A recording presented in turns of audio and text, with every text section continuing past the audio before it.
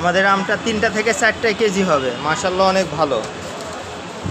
দেখতে পাচ্ছেন এই যে সাজানো হচ্ছে, আমাদের প্যাকেটগুলো চলছে ইনশাআল্লাহ।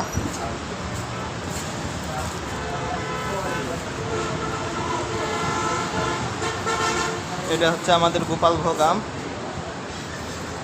এই সাইডে আমাদের হুজুর ভাই প্যাকেটিং করতেছে। এর পাশে আমাদের ন্যাংরা আম আছে,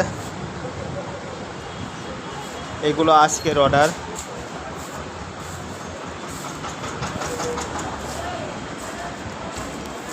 ভিড়ে